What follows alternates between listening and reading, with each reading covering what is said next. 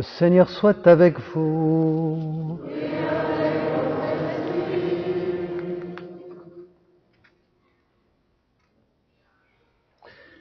Évangile de Jésus-Christ selon saint Luc.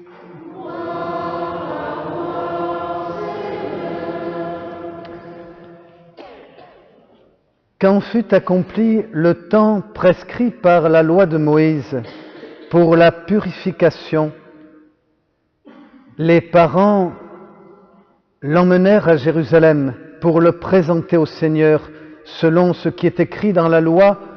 Tout premier-né de sexe masculin sera consacré au Seigneur.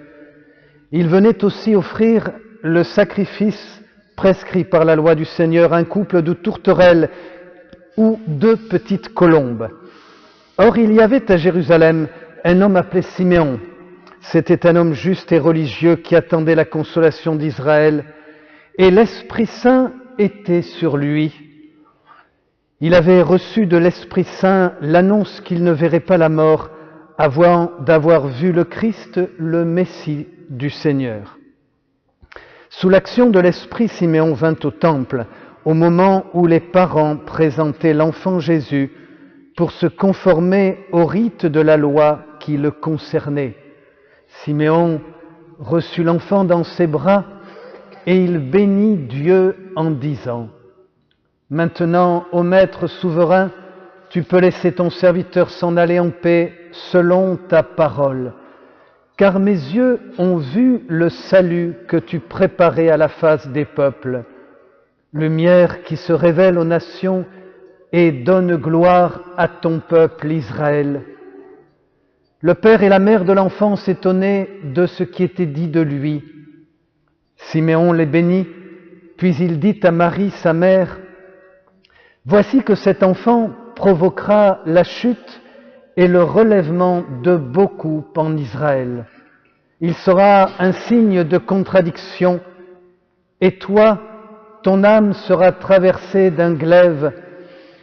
Ainsi seront dévoilées les pensées qui viennent du cœur d'un grand nombre. » Il y avait aussi une femme, prophète, Anne, fille de Phanuel de la tribu d'Asser. Elle était très avancée en âge. Après 7 ans de mariage, demeurée veuve, elle était arrivée à l'âge de 84 ans. Elle ne s'éloignait pas du temple, servant Dieu jour et nuit dans le jeûne et la prière.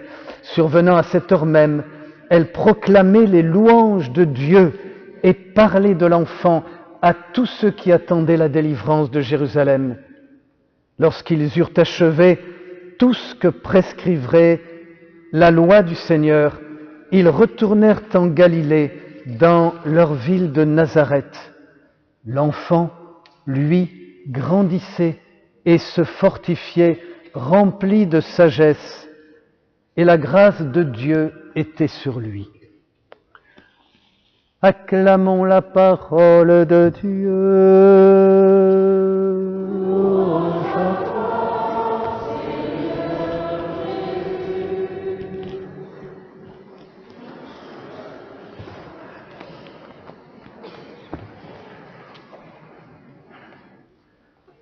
Chers amis, j'espère que vous êtes tous dans, j'allais dire, l'enthousiasme, peut-être le mot est fort, en tout cas l'émerveillement, encore c'est peut-être trop fort, vous allez me dire, ou la joie toute simple, malgré tout ce que nous pouvons vivre, vous et moi, en tout cas de cette fête, de cette solennité, de cette mémoire. Nous continuons dans cette octave de la Nativité, nous continuons à nous laisser guider aujourd'hui encore en contemplant ce si beau mystère de la Sainte Famille. Nous les accompagnons, nous les suivons, nous les écoutons, et ils nous laissent des petites choses, des enseignements, des leçons très précieuses. Alors, justement, aujourd'hui, j'ai retrouvé, c'était l'année de mon ordination, alors je ne peux pas m'empêcher de lire juste un petit morceau de cette très belle lettre aux familles de Saint Jean-Paul II.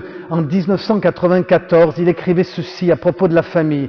Il dit « Le Christ envoie l'homme sur d'innombrables sentiers parmi ces nombreuses routes. La famille est la première et la plus importante. C'est une route particulière, unique. comme l'homme est unique, une route dont l'être humain ne peut s'écarter parce que nous venons tous de la famille. Alors, nous venons tous d'une famille, même si aujourd'hui, je dirais, nos familles sont parfois brisées, blessées, décomposées. Ne m'en veuillez pas pour les expressions, je pourrais en rajouter, mais enfin, aujourd'hui, c'est comme si l'Esprit Saint nous ciblait un peu sur cette famille-là que vous contemplez, que vous voyez, que vous écoutez, que vous regardez dans ce beau texte de l'Écriture. J'aimerais, avec vous, laisser comme 3 leçons, des petites leçons, je dirais, des axes, des piliers tout simples qui peuvent, je pense, nous aider, vous aider dans votre vie de famille, vous aider là où vous êtes, je dirais des leçons de la vie chrétienne. La première, je dirais, c'est l'obéissance. Mais l'obéissance dans le sens biblique. Ici, dans la deuxième lecture, il est dit que Abraham obéit à Dieu. Il partit vers ce pays qu'il devait recevoir en héritage. Il partit sans savoir où il allait. Et dans le mot obéissance, en fait, c'est écoute. Comme si on disait, il a écouté. Ou encore c'est attention, il a été attentif à ce que Dieu a dit. Nous ne sommes pas toujours attentifs, nous sommes distraits, nous commettons des erreurs parce que nous n'avons pas cette attention précise. Abraham a reçu cet appel de Dieu, il l'a écouté, mais il n'avait aucune certitude. Regardez bien dans ce texte, il part.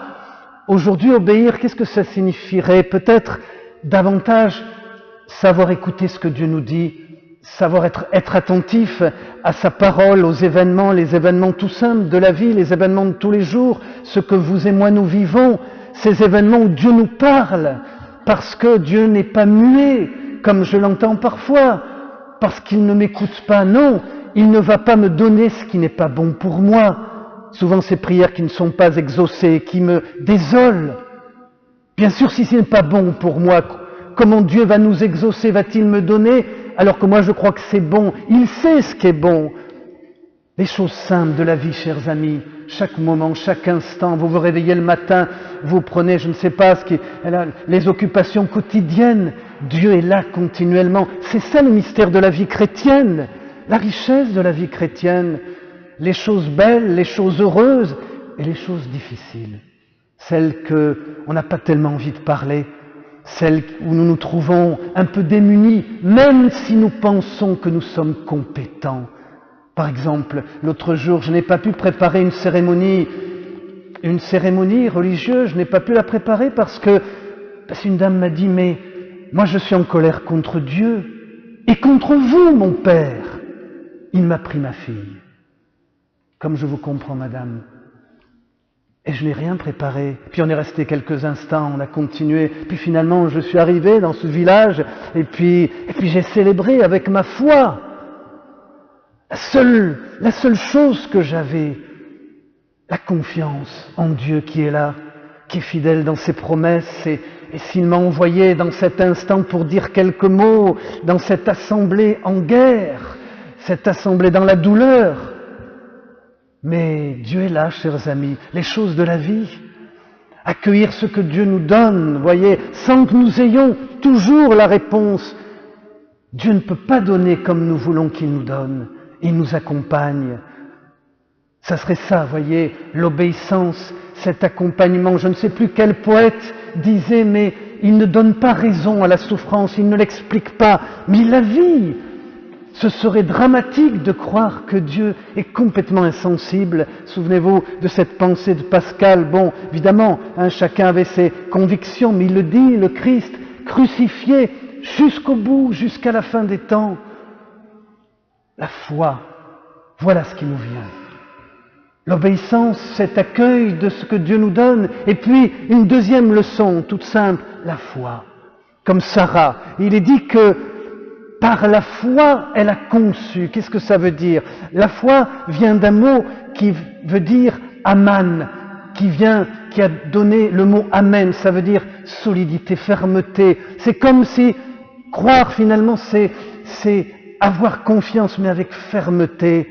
C'est adhérer au plan de Dieu. C'est lui donner notre aide, notre confiance, même si ça ne va pas toujours bien. c'est cette fermeté que nous n'avons pas, chers amis. Moi qui vous parle, parfois nous sommes mous, nous sommes lents. Le respect humain nous oblige, nous lie parfois et nous n'osons pas dire peut-être ce que nous devrions dire. Alors vous allez me dire, bien sûr, dans certaines situations, il faut mieux se taire. À quoi ça sert justement d'être pris pour ridicule, pour tel ou tel? Peut-être, je n'ai pas la réponse. La foi de cette sainte famille qui s'avance. Alors ils avaient le choix, ils s'en vont. Ils partent en pèlerinage à Jérusalem, c'est pas commode, ils y vont, ils se retrouvent, ils rentrent dans le temple, ils sont face à à cet illuminé, ce n'est pas négatif, c'est Siméon. J'aimerais bien être un peu illuminé comme lui, un peu plus. Et après il y a cette brave femme, Anne, pareil, elle est là, elle rend grâce, elle bénit Dieu. Imaginez ce vieillard qui prend l'enfant dans les bras et qui commence à prophétiser la foi. Croire que Dieu est là, qu'il parle. Il me semble, chers amis, que parfois nous avons besoin de quelques étincelles, quelques rencontres, quelques événements, une parole, je ne sais pas, qui va réveiller ce cœur un peu endormi, même moi encore, cette léthargie parfois, cette routine, je dirais, c'est l'enjeu du monde. La foi, il me semble, chers amis, elle est un réveil du cœur. Le cœur se réveille, il veut réagir, comme réagir par rapport au monde, non pas en opposition, mais parce qu'il croit, il se sent enflammé, il brûle. Alors Siméon, parlons-en, Siméon et puis Anne, on va les mettre ensemble, hein, ils ne sont pas mariés, mais enfin bon, ils arrivent, ils sont tous les deux comme des prophètes. Ils voient l'enfant et tout d'un coup ils sont remplis de l'Esprit Saint. Et regardez bien, j'aime bien ce passage, il est dit que Marie et José étaient dans l'étonnement, ils s'émerveillent. J'aime ce moment, ils s'émerveillent. C'est Cousteau qui disait, Cousteau et sa pensée qui disait, on aime ce qui nous émerveille. C'est vrai. Est-ce qu'il y a de l'étonnement quand vous contemplez le mystère de Noël? Est-ce qu'il y a quelque chose qui vous émerveille, qui suscite de la joie, de l'enthousiasme, quelque chose qui vous donne envie d'aller le dire aux autres, de dire, joyeuse fête, et puis des mots vous viennent pour parler de Dieu. Et l'autre jour, là, samedi dernier, je descends, je me suis fait, non pas une obligation, mais j'ai senti dans mon cœur, des fois Dieu nous parle comme ça, je dis, mais c'est maraîcher, je vais les saluer, puis je vais leur en dire un peu plus. Je vais essayer de leur parler de Dieu, j'en sais rien, leur dire quelque chose. Alors j'ai commencé comme ça avec l'un, puis avec l'autre. Alors j'ai pas eu de roustine, hein, c'était pas l'objectif, hein, d'avoir un produit meilleur marché, mais enfin, je me suis fait, j'ai eu cette intuition samedi, là, en sortant. Parce que vous êtes pris par Dieu, chers amis. Regardez, ils sont là. Regardez bien comment Marie et Joseph, c'est quand même, on dit qu'ils s'étonnaient. Mais imaginez la scène. Le vieillard prend l'enfant, et puis il commence à dire, mais cet enfant, c'est comme s'il disait, là, si je prenais un de vos petits-enfants et que je vous dis, mais voyez ce fils, ce garçon, ça va être plein de problèmes avec vous. Oh là là, vous allez voir les soucis que vous allez avoir avec ce garçon, vous allez voir, ça va pas être tous les jours très drôle. C'est ça.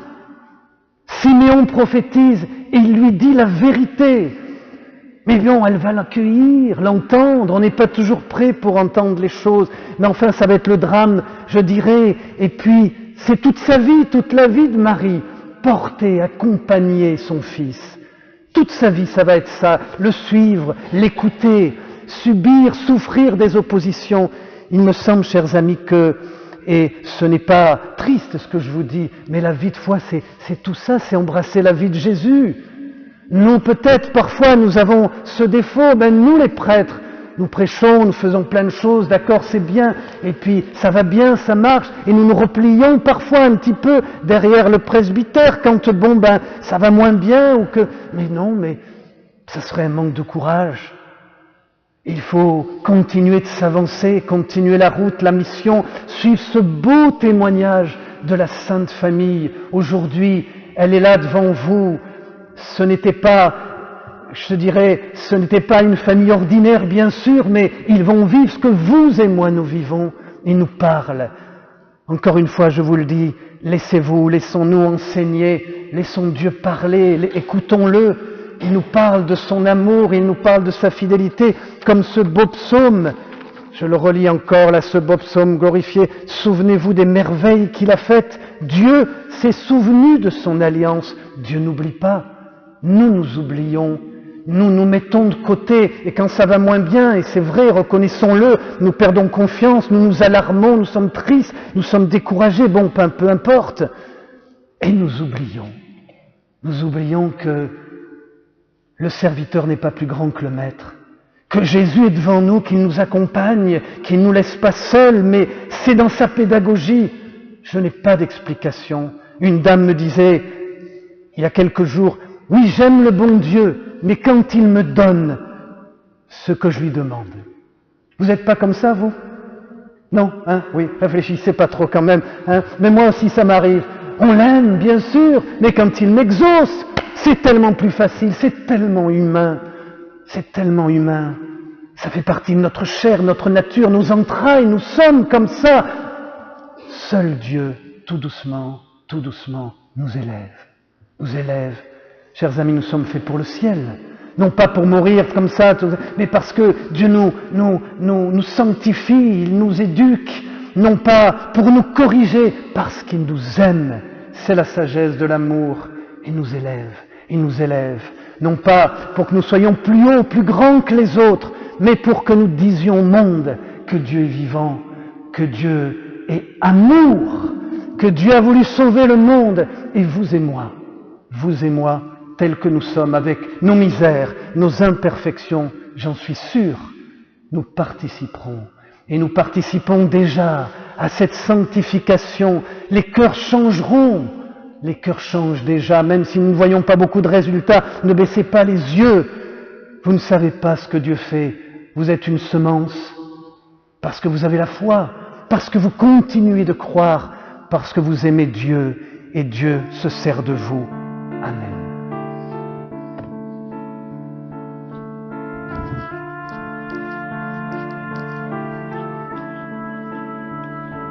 Mon Jésus, mon amour ne connaît que toi.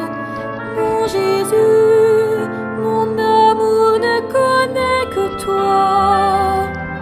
En toi, mon âme s'est abandonnée.